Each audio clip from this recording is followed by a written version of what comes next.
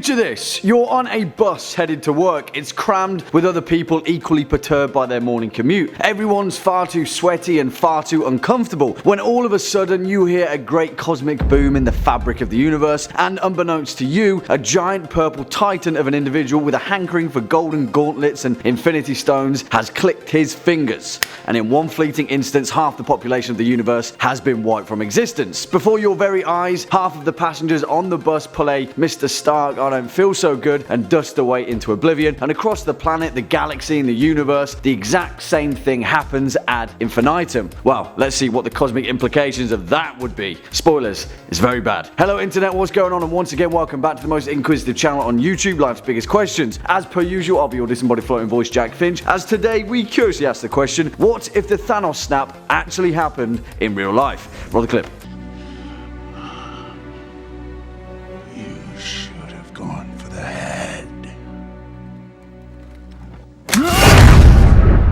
Yeah, we probably should have gone for the head, but also in this hypothetical play-by-play, we don't even have a Thor to save us, and there's not a Hail Mary's chance in hell that we'll be unsnapping the unsnappable, because things are gonna get pretty bad throughout these next few minutes. Also, don't worry about any endgame spoilers in this particular Life's Biggest Question.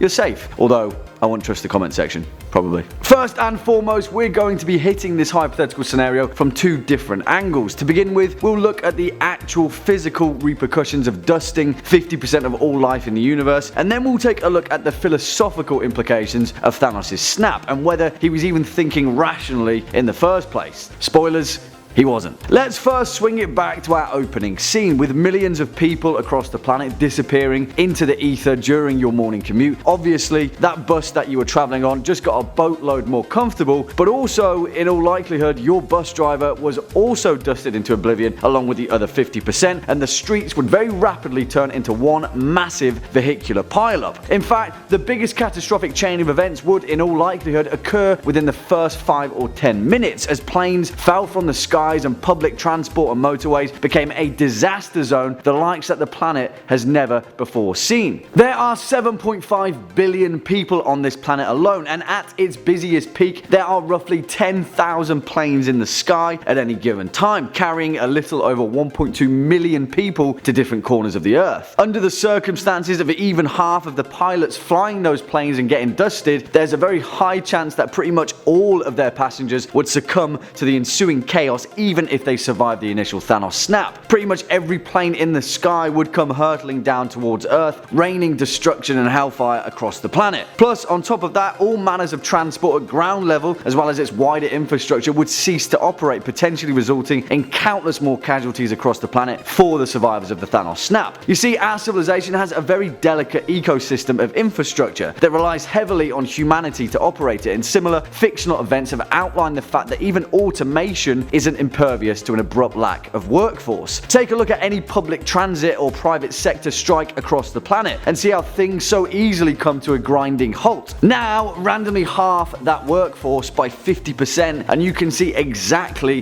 the catastrophic calamity that would ensue. Now let's apply the same principles to, say, the emergency services. The planet is being bombarded by global plane crashes and devastating automotive collisions, all of which produce disastrous fires, and now, of course, 50% of the fire service has been dusted. For an already underfunded public sector, this would be disastrous, and it's safe to assume that a large number of urban areas would be engulfed in gigantic waves of flame. And that's without addressing the fact that any one of those planes could very easily come crashing down on a nuclear reactor. You get the picture with that one, right? The same principle applies to the police force as well as the medical sector, and the case remains the same that the survivors of the snap would ultimately be stepping into a planet under complete and utter ruin, and survival would be a much more difficult concept to grasp than a single snap of the Infinity Gauntlet. That's not good, and of course it would pose the question, who really are the lucky ones? On top of that, it's safe to assume that as well as a breakdown of public and municipal infrastructure, the fabric of society would be further eroded on a political level. Half the world leaders gone in an instant, 50% of all public servants and the stewardship of bureaucracy thrown out of the window as more immediate and pressing matters instantly come to light. Forget about Brexit Brexit, forget about the 2016 US election, it would be a testing time for any form of societal leader. But we can also assume that it would be the time where more practical figures would be forged, and key leaders would step up to the plate in an effort to tackle planet Earth's most catastrophic and pressing disaster. Also, we're not even mentioning the emotional impact that this entire event would have on the survivors of the snap, because, well,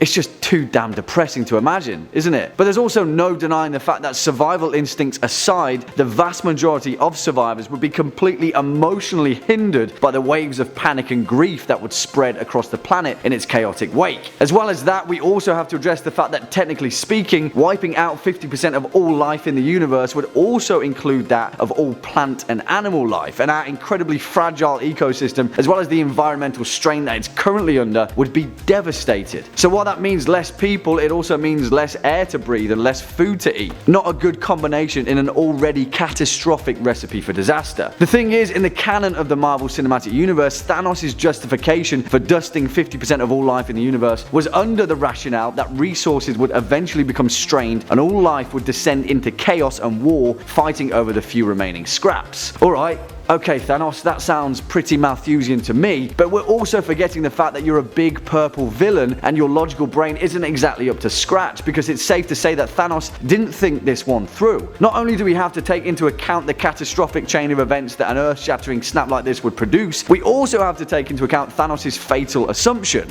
He hasn't solved anything, and not only has he failed to solve anything, his stones have made things infinitely worse. In Marvel canon, Thanos' planet of Titan was ravaged by the same war and slaughter that he so vehemently feared. But I say that sarcastically because it was brought about by his own doing. The reason that we can't reason with Thanos is because he's a madman, with so many logical fallacies poking through the holes of his war plan that he almost had to boil it all down to a single snap of his fingers. Overpopulation and dwindling resources aren't a problem solved by a snap of your fingers, they're solved by hard work, ingenuity and compromise. If it was that easy, why didn't you just snap for more resources or double the space, you big titanic idiot? Because as we all know, things are more complicated than that, aren't they? Well, it's a good job that the Infinity Gauntlet can only work in a universe appropriate to its own creation. So don't worry guys, we're safe. For now. Well, there we have it folks, the way that we see things happening if the Thanos snap actually happened in real life isn't good. It is not good at all. What do you guys think? Do you agree, disagree, have a more thorough hypothetical play-by-play? Let us know your thoughts down in the comment section below. Before we depart from today's video, let's take a quick look at some of your more creative comments from over the past few days. Yasfei says, so that's what a British Bill Burr would sound like. Well, I mean, I'll take that as a compliment. Maybe Bill Burr is awesome, but that's also an oddly specific reference, so thanks. Well, on that note, I'm going to try and figure out if that was an insult or not. So unfortunately, that's all we've got time for in today's video. Cheers for sticking around all the way until the end. If you were a fan of this video, then make sure to hit that thumbs up button as well as that subscribe button, and I'll be seeing you in the next one. As per usual, I've been your disembodied floating voice Jack Finch. You've been watching Life's Biggest Questions, and until next time, you take it easy.